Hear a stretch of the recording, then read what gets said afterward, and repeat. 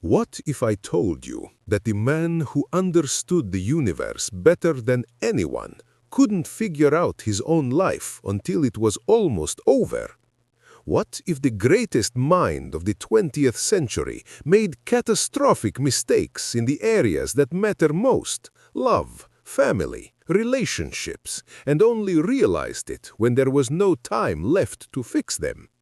And what if the lessons I learned too late, the wisdom I gained at the cost of enormous pain, could save you from making the same mistakes? Stay with me, because what I'm about to share isn't about physics. It's about being human, about regret, about the things that truly matter, and about why understanding the cosmos means nothing if you don't understand yourself. My name is Albert Einstein. You know me for relativity, for my equations, for changing how humanity thinks about space and time. But what you don't know is how badly I failed at life, how I destroyed my first marriage, how I abandoned my daughter, how I neglected my sons, how I prioritized my work over the people who loved me, and how only in my final years I realized what I had lost, what I had sacrificed, what I could never get back. Today, I'm going to tell you about the lessons I learned too late, the truths I wish someone had told me when I was young, the mistakes I made that I can never undo. And I'm telling you this not to excuse myself, not to seek sympathy, but because maybe, just maybe, you can learn from my failures. Maybe you can avoid the regret that haunt me. Maybe you can understand before it's too late what really matters. Let me start with the hardest truth, the one that took me longest to accept. Success in one area of life doesn't compensate for failure in others. I know this now, but for most of my life I believed the opposite. I believed that if I could unlock the secrets of the universe, if I could contribute something meaningful to human knowledge, then everything else was secondary.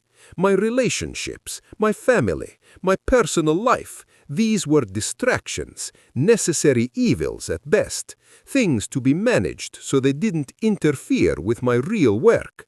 And I lived accordingly. I prioritized physics above everything, above everyone. My first wife, Mileva, she understood physics.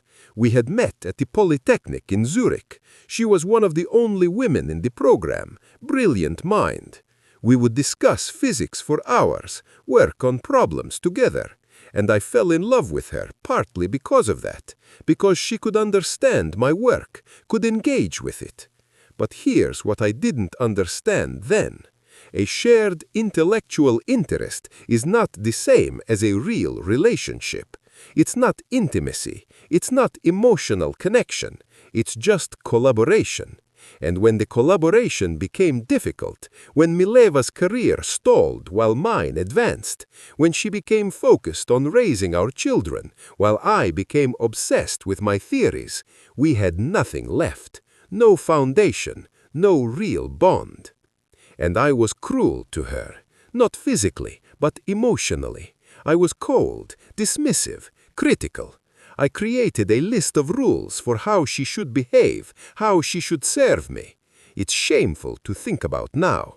I actually wrote down that she should expect no affection from me, that she should leave my bedroom immediately if I requested it, that she shouldn't expect to sit with me at home. I treated her like a servant, like an assistant, not like a partner, not like a human being with her own needs, her own dreams, her own dignity. And when she pushed back, when she demanded more from me, I resented her, thought she was being unreasonable, thought she should understand that my work was important, that I needed space, that I couldn't be bothered with emotional demands. Looking back, I see how monstrous this was, how narcissistic, how completely I failed to see her as a person. She was just a role in my life, wife, mother of my children, someone who should support my work without requiring anything in return. And when she couldn't do that anymore, when the pain became too much for her, I left. I divorced her and married my cousin, Elsa, someone who asked less of me, someone who was willing to accept the crumbs of attention I offered. But here's the lesson I learned too late. You can't compartmentalize your life. You can't be cruel and selfish in your personal relationships and somehow remain noble and pure in your work. It doesn't work that way. The person you are at home is the person you are, period. And the callousness I showed to Mileva, to my sons, that callousness was in me. It was part of who I was. And it infected everything, including my physics, because I became rigid, stubborn, unable to admit when I was wrong, unable to truly collaborate, unable to see perspectives other than my own. The same traits that destroyed my marriage made me worse as a scientist. I just didn't see it at the time. I thought I was protecting my work by protecting my time, but I was actually limiting myself, closing myself off, becoming smaller. And only decades later did I understand what I had lost. Let me tell you about my daughter, Liserl. This is something I've never spoken about publicly, something I tried to hide my entire life. Mileva and I had a daughter before we were married, in 1902. Liser was born in Serbia, where Mileva's family lived, and I never met her, never saw her, never held her. I was in Switzerland, looking for work, and when Mileva returned to Switzerland after giving birth, she came alone. We don't know exactly what happened to Liserl. She may have died from scarlet fever. She may have been given up for adoption. We never spoke about her, never acknowledged her existence, and I never tried to find out what happened. I just let her disappear from my life, as if she had never existed. This haunts me. The older I got, the more it haunted me. I had a daughter, a child, and I abandoned her. I didn't even try. I was so concerned with my career, with my reputation, with not being burdened by an illegitimate child, that I simply erased her from my life. What kind of man does that? What kind of father? And I have no excuse, no justification. I was selfish, cowardly, more concerned with my own comfort than with the life of my child. And the worst part, I never made it right. I never went looking for her, never tried to find out what happened, never told my sons about their sister. I kept it secret until I died. And now it's too late. She's gone, lost to history, and I have to live with that, or I had to live with that, in my final years, knowing that I had a daughter somewhere, or that I had once had a daughter, and that I had done nothing. This taught me something brutal. Some mistakes cannot be fixed. Some damage cannot be undone. You can't go back in time. You can't redo your choices. And the pain of that realization, the weight of irreversible harm, that's something I carried until my last breath. So if there's one thing I want you to understand from my story, it's this. Don't wait. Don't assume you'll have time later to make things right. Don't tell yourself that your work is more important right now and you'll focus on relationships later, because later might be too late. The people you love won't wait forever. The children you neglect grow up. The spouse you mistreat eventually leaves or becomes a stranger. And one day you look back and realize what you've lost, what you sacrificed on the altar of your ambition, and you'll wish desperately that you could go back and choose differently. Let me tell you about my sons, Hans Albert and Edward. I loved them, in my way, but it wasn't enough. It wasn't what they needed. Hans Albert, my older son, he wanted my attention, my approval. He wanted to show me his achievements, to share his interests, to have a father who was present. And I wasn't. I was physically absent much of the time, traveling for lectures, living in different cities.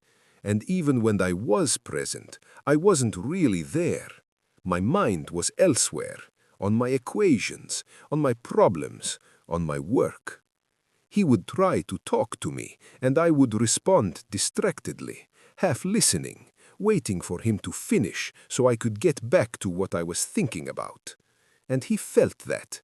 Children always feel that. They know when you're really with them and when you're just going through the motions. Hans Albert eventually became an engineer, a professor, successful in his own right. But our relationship was strained, distant, polite, but not warm. And that's my fault. I taught him, through my actions, that he wasn't important enough to merit my full attention, that work always came first, that emotional connection was weakness or waste of time. And Edward, my younger son, he struggled. He was sensitive, artistic. He loved music and literature, and he developed schizophrenia in his 20s. This was devastating for him, for the whole family, and he needed support. He needed a father who would be there, who would visit, who would help him navigate his illness.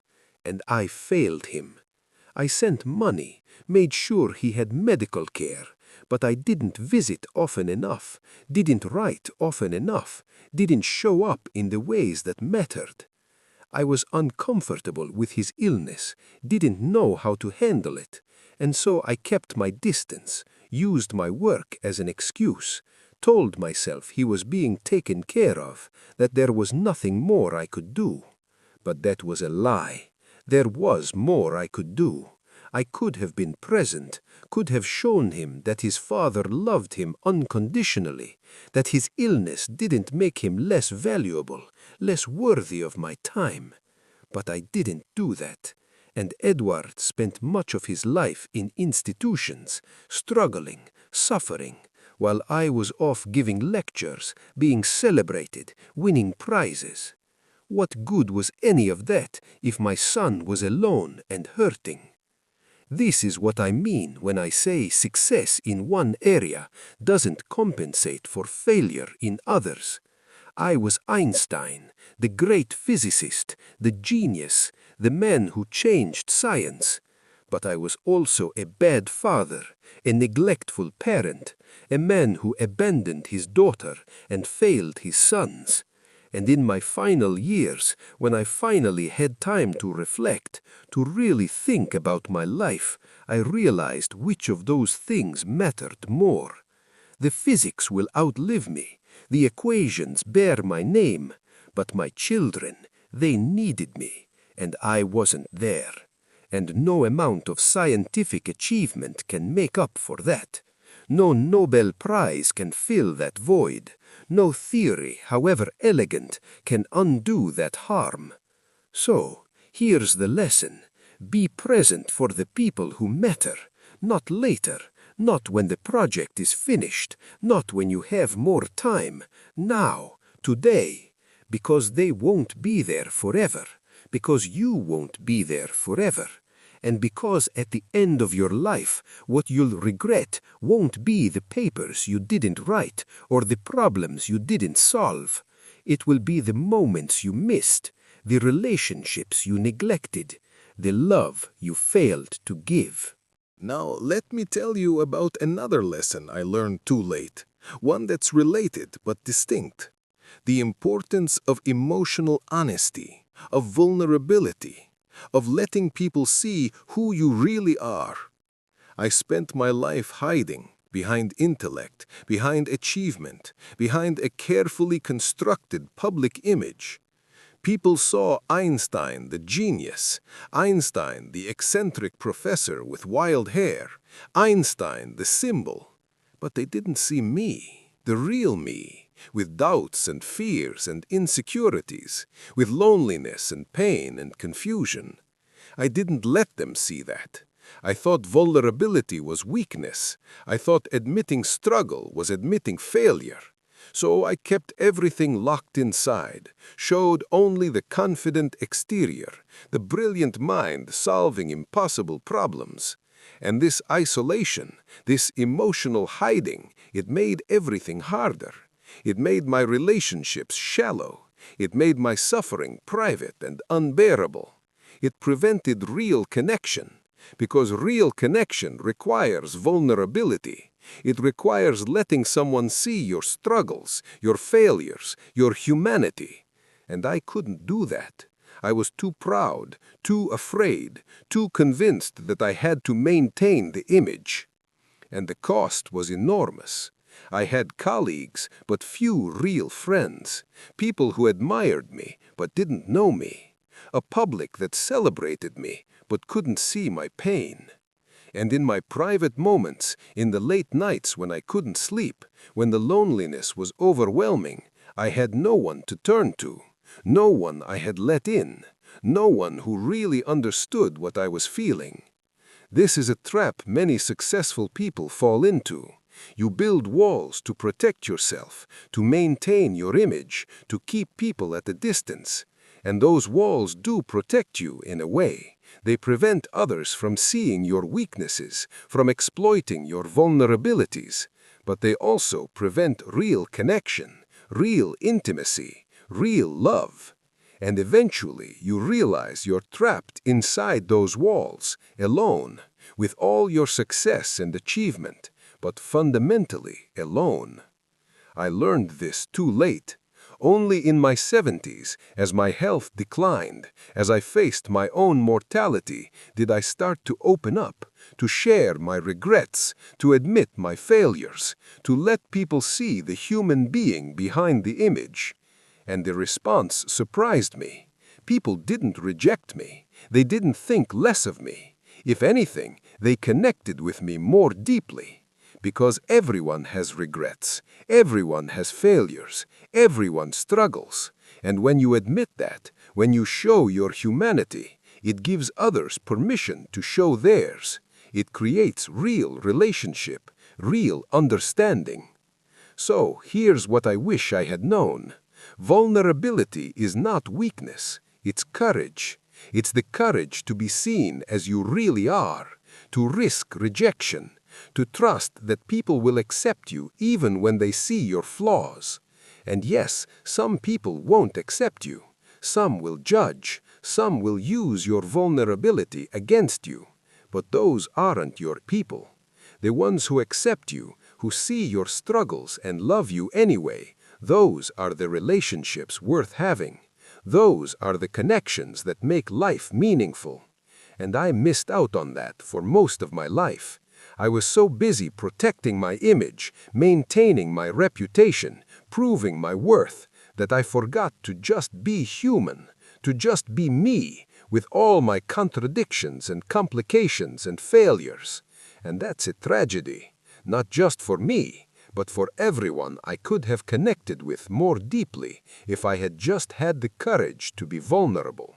Now, let me pause here and ask you something, because I'm curious about your experience.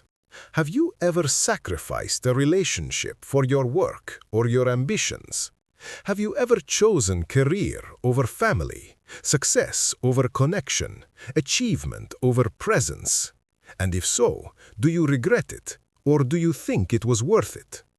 I spent my life believing the sacrifice was necessary, that great work requires great sacrifice, that you can't change the world without paying a price. But now, looking back, I'm not sure. I'm not sure the price was worth it. I'm not sure my physics was worth the cost to my family, to my children, to myself. So I want to know, what do you think? Leave a comment below. Tell me your story. Tell me about the choices you've made, the sacrifices, the trade-offs. Do you think success requires giving up personal happiness, or is that a false choice, a story we tell ourselves to justify our priorities?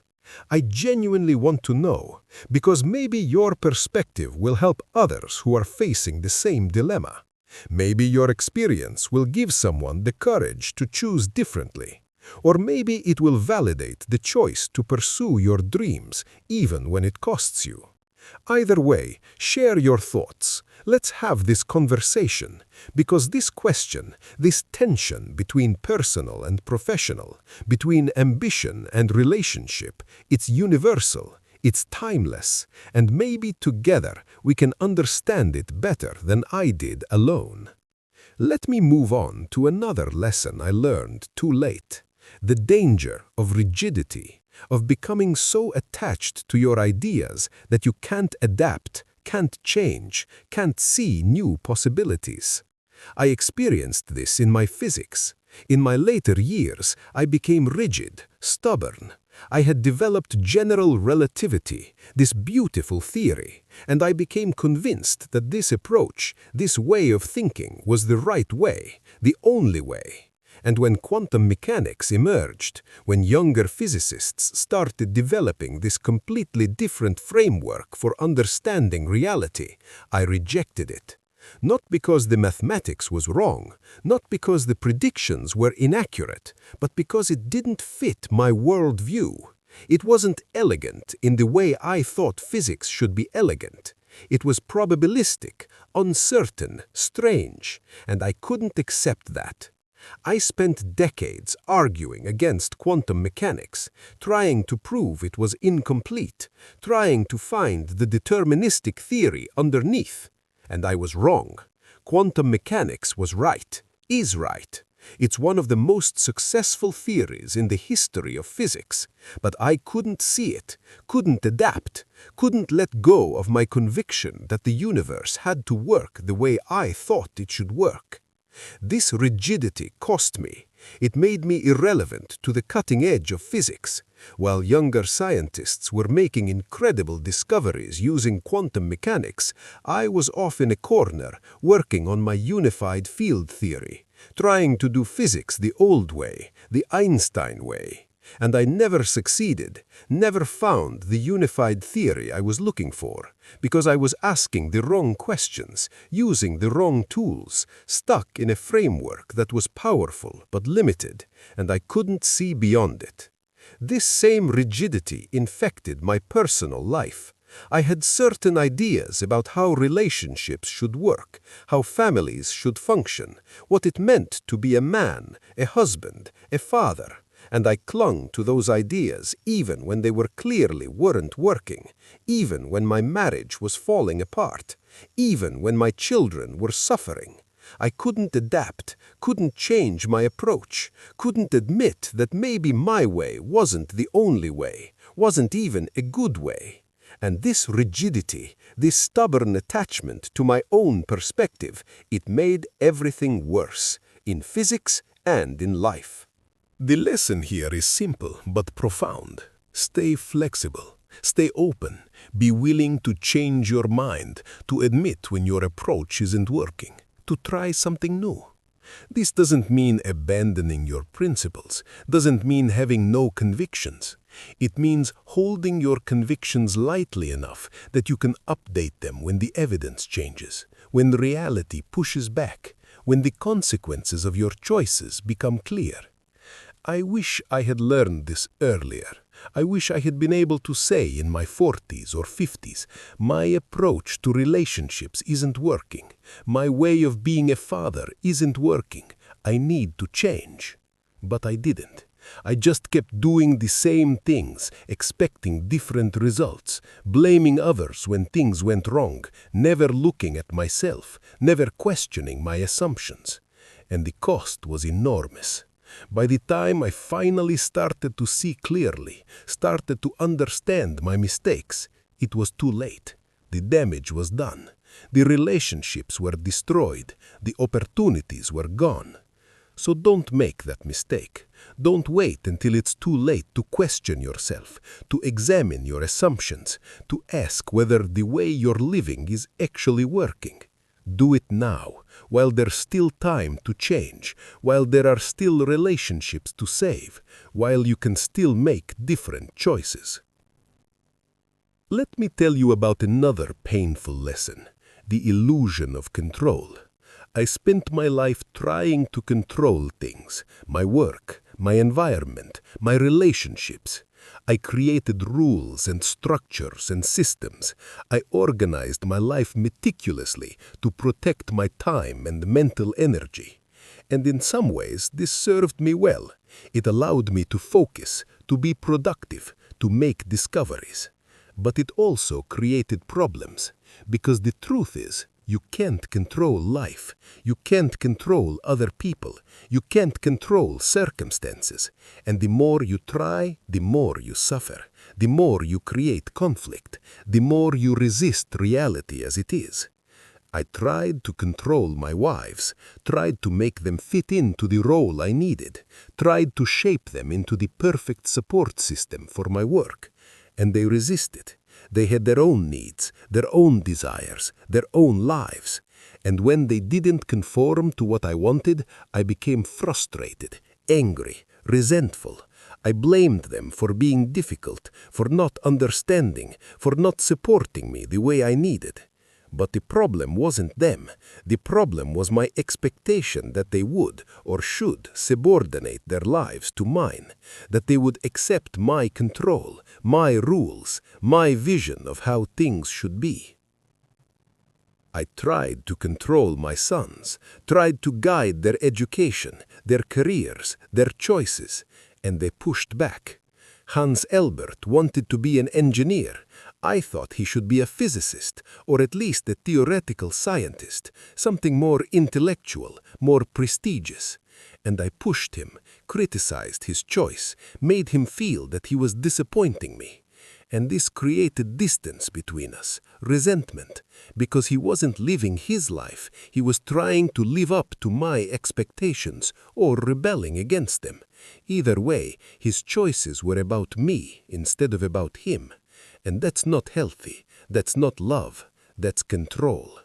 And Edward, with his artistic temperament, his sensitivity, he couldn't conform to what I wanted either, couldn't be the rational, intellectual son I had envisioned. And I didn't know how to accept him as he was, didn't know how to let go of my expectations and just love him, support him, celebrate who he actually was, instead of mourning who I wanted him to be. This need for control, it extended to my physics as well. I wanted the universe to be deterministic, predictable, governed by clear, elegant laws.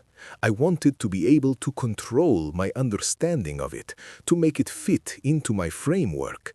And when quantum mechanics suggested that the universe was fundamentally probabilistic, that there was true randomness at the quantum level, I couldn't accept it. I said, God doesn't play dice with the universe. I insisted there must be hidden variables, some deeper level of reality that would restore determinism. But I was wrong. The universe does have randomness, does have uncertainty, and my need for control, my need for everything to fit into my framework prevented me from accepting that, from seeing the beauty in a probabilistic universe, from adapting my understanding to match reality. So here's the lesson. Let go. Stop trying to control everything.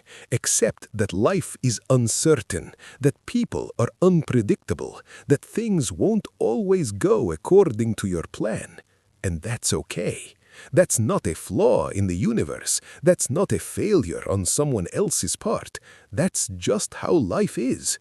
And the more you can accept that, the more you can work with it instead of against it, the less you'll suffer, the more peace you'll have, the better your relationships will be. This doesn't mean being passive, doesn't mean not having goals or plans. It means holding your plans lightly, being willing to adjust when circumstances change, when people don't respond the way you expected, when life throws you curveballs. It means recognizing that other people are not characters in your story. They're the protagonists of their own stories, with their own goals and needs and desires. And if you try to control them, try to make them into what you want, you'll only create suffering for them and for yourself. I learned this in my 70s, too late to fix my marriages, too late to redo my relationships with my sons, too late to change the fundamental trajectory of my life, but not too late to find some peace, some acceptance, some understanding that the chaos and unpredictability I had fought against my whole life was not the enemy. It was just life, and fighting it had been the problem, not the chaos itself. Let me tell you one more lesson, perhaps the most important one, the one that cuts deepest. Time is finite. This seems obvious. Everyone knows they're going to die, but knowing intellectually is different from truly understanding, from feeling it in your bones. I spent most of my life acting as if I had infinite time, as if there would be always another day to write that letter, to make that visit, to have that conversation, to repair that relationship. I'll do it later, I told myself, after this project, after this deadline, when things calm down. But things never calm down. There's always another project, another deadline, another excuse. And then suddenly, you're 75 years old, and your health is failing, and you realize there is no later. This is it. This is all the time you have, and most of it is gone, used up on things that seemed important at the time, but now seem trivial, on priorities that were actually distractions, on work that will outlast you, but means nothing compared to the relationships you destroyed. I had opportunities to reconcile with Mileva, to apologize, to acknowledge the pain I caused, but I was too proud, too defensive, too focused on justifying my actions instead of admitting my failures. And now she's gone, and I never made it right. I had opportunities to be a better father to Edward, to visit more often, to show up in the ways that mattered. But I was too busy, too uncomfortable with his illness, too focused on my own life. And now, even if I went to him, it's too late. Too much time has passed. Too much damage has been done. The relationship we could have had is gone, lost forever. And I did this through my choices, through my priorities, through my assumption that there would always be more time. So this is what I want you to understand. There won't always be more time. The people you love won't be here forever. The opportunities to make things right, to say what needs to be said, to repair what's broken, these opportunities have expiration dates, and you don't know when they'll expire. You don't get a warning. One day you'll wake up and it will be too late, and the regret, the knowledge that you had chances and didn't take them, that you knew what mattered but chose something else, that regret is a weight you'll carry forever. So, don't wait. Don't assume later will be easier or better or more convenient. If there's someone you need to apologize to, do it now. If there's someone you need to forgive, forgive them now. If there's a relationship that needs attention, give it attention now. Not tomorrow, not next month, not after this busy period. Now. Because later might not exist. And even if it does, even if you get more time, you'll regret having wasted the time you had, having put off what mattered, having chosen wrong when the choice was still yours to make. This is the most painful lesson of all, because it's the one I learned too late to do anything about. I can't go back, can't redo my life, can't make different choices. I can only live with the consequences, with the knowledge of what I lost, what I sacrificed, what I destroyed in my pursuit of something I thought was more important. And it's agony, pure agony, to see clearly, finally, and to know there's no way to fix it, no way to make it right, no way to get back what's gone. So, I'm telling you this because you still have time. You can still make different choices.